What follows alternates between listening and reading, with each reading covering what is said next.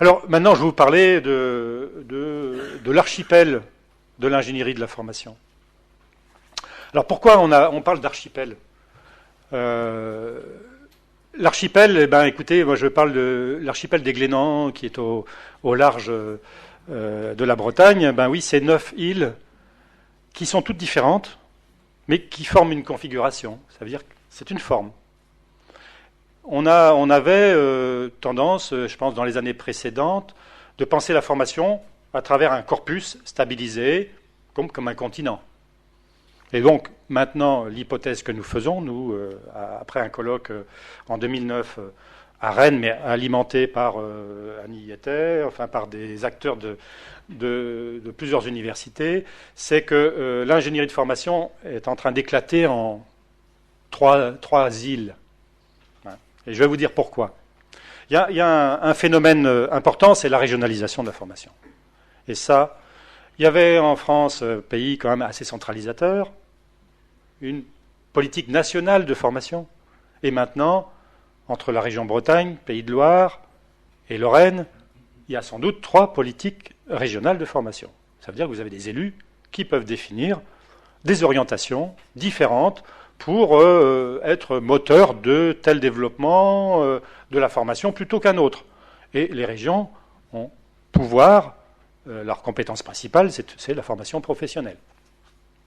Donc ça, c'est un fait majeur qui amène à montrer que l'on va développer notamment l'ingénierie de formation au sein des conseils régionaux. Et nous, on a pas mal d'anciens dans le master que je dirigeais les années précédentes qui travaillent dans les conseils régionaux. Et notamment, ils travaillent dans l'évaluation des politiques publiques en matière de formation professionnelle. Et là, ils ont toute leur place. Donc, pour développer les politiques publiques en matière de formation, il faut bien sûr développer des ingénieries de formation spécifiques, ce qu'on appelle, nous, macro. Alors, elles sont territorialisées. Alors, je connais mal la Lorraine, mais je peux vous parler du pays de Quimper, et qui n'est pas le pays de Vitré. Ce sont 2 pays totalement différents, et la région Bretagne va développer des politiques publiques différentes dans ces 2 bassins d'emploi. Et pour ça, il va falloir des ingénieurs qui fassent des analyses de territoire et qui aillent finement sur les publics à prendre en charge, les reconversions, la pêche par exemple, dans le pays bigoudin, et vous avez un choc qui est celui de la pêche côtière. Et puis vous aviez le pays de Vitré, de Fougères avec la chaussure. Mais bon, des pays, et toute la question des reconversions que vous connaissez sans doute bien aussi en Lorraine. La question des reconversions. Donc la régionalisation, c'est un fait majeur. C'est un fait majeur qui fait que, là, effectivement, on va voir se développer les politiques territoriales, d'une part, avec la région, mais aussi sectorielles. Parce qu'il ne faut pas oublier non plus que la France, il y a ce qu'on appelle les corps intermédiaires, qui sont les différents champs professionnels, qui ont, eux, des politiques sectorielles. La sidérurgie, la plasturgie, etc. Vous avez aussi des groupes professionnels qui structurent leurs besoins à partir de politiques sectorielles. Donc, on voit bien que ce secteur-là, qui n'est plus celui que l'on trouve au niveau des entreprises, mais au niveau macro, ce qu'on appelle le niveau macro, est un secteur qui se développe de manière assez récente. Et on voit le poids des régions entre le début des années 80 et jusqu'en 2004 va croissant. Et donc cette politique territoriale va aussi croissant. Et la région devient l'interlocuteur des champs professionnels. Et puis le deuxième fait majeur qui va provoquer cet éclatement, c'est l'institutionnalisation récente du couple individualisation-certification. Alors, qu'est-ce que ça veut dire ? Vous avez des batteries de lois et de décrets qui tombent. Ça veut dire vous avez en 2002 la VAE qui se structure de manière institutionnelle. Donc la VAE à partir de 2002. Et puis le DIF. Et on voit toute une batterie d'outils juridiques qui viennent structurer l'individualisation de la formation. C'est-à-dire que... Et pourquoi ? Parce que nous sommes rentrés dans un monde hyper complexe, que nous avons régulièrement besoin d'être certifiés. Alors, il y a aussi la mobilité professionnelle qui s'amplifie. la mobilité européenne. Et quand je suis français et que je veux travailler en Allemagne, est-ce que mon diplôme, et donc je vais devoir valider, certifier mes qualifications, et valoriser aussi les acquis de mon expérience. Donc on voit bien que toutes ces questions-là, elles viennent avec un monde beaucoup plus mobile, plus ouvert, qui est celui de la mondialisation et de l'européanisation des formations.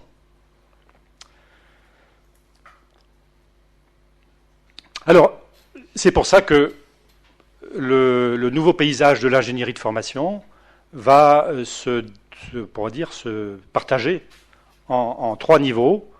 L'ingénierie des politiques territoriales et sectorielles, ce qu'on appelle le niveau macro, c'est celui lequel on est très loin du bénéficiaire. Là, on est dans les politiques. Donc, on a en face de soi plutôt des entreprises, plutôt des acteurs économiques et politiques, c'est-à-dire des maires, des chefs d'entreprise. Et on est dans le développement des territoires et les développements sectoriels. Donc c'est une ingénierie qui se développe dans un monde mouvant et en perpétuel changement. Et c'est un euphémisme doux. Le deuxième niveau, c'est l'ingénierie des systèmes de formation. Là, c'est, on pourrait dire, l'ingénierie classique.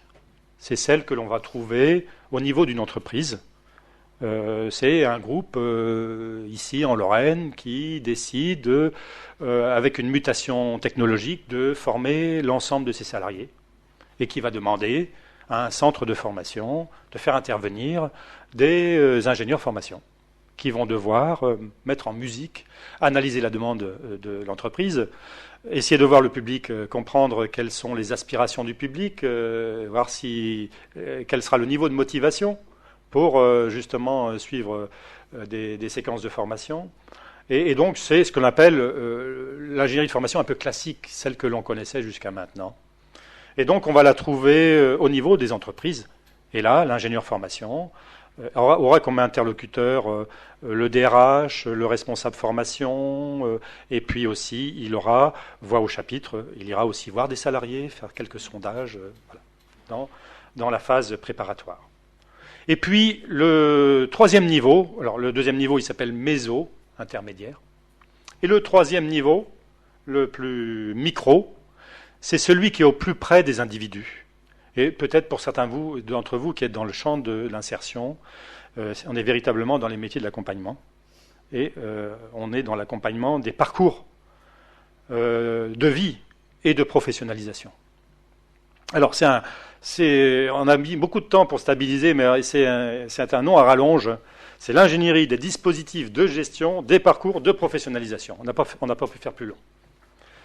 Parce que alors on pourrait dire que l'ingénierie pédagogique est au formateur ce que l'accompagnement est pas l'ingénieur formation ici, mais à l'accompagnateur. L'accompagnateur est dans l'ingénierie de l'accompagnement. L'ingénieur ici n'est pas l'accompagnateur. L'ingénieur est celui qui conçoit le dispositif d'accompagnement. En clair, c'est le responsable d'un centre de VAE. C'est le responsable d'un cabinet de reclassement professionnel. C'est, on pourrait dire aussi, le service qui s'occupe du DIF dans une grande entreprise. Donc voilà, c'est principalement celui qui va mettre en musique le dispositif. Il va avoir à son service des accompagnateurs qui sont formés à l'ingénierie de l'accompagnement. Donc voilà ces trois îles qui font configuration, comme dirait Norbert Elias, l'île macro, l'île méso et l'île micro. Et donc vous avez ces trois niveaux qui aujourd'hui dialoguent entre eux. Parce que la région, notamment quand elle installe les maisons de la formation professionnelle, elle va aussi sur le micro. Mais sa raison d'être principale, c'est d'être sur le niveau des politiques publiques. D'accord ? Donc on aura ces trois niveaux sont en phase de développement, et notamment aux deux extrémités. C'est le niveau l'île macro et l'île micro. Et celui qui se développe le plus, c'est le micro, notamment à partir des dispositifs juridiques du début des années 2000. Alors tout est synthétisé, tout est synthétisé sur le tableau que vous avez, voilà, ici,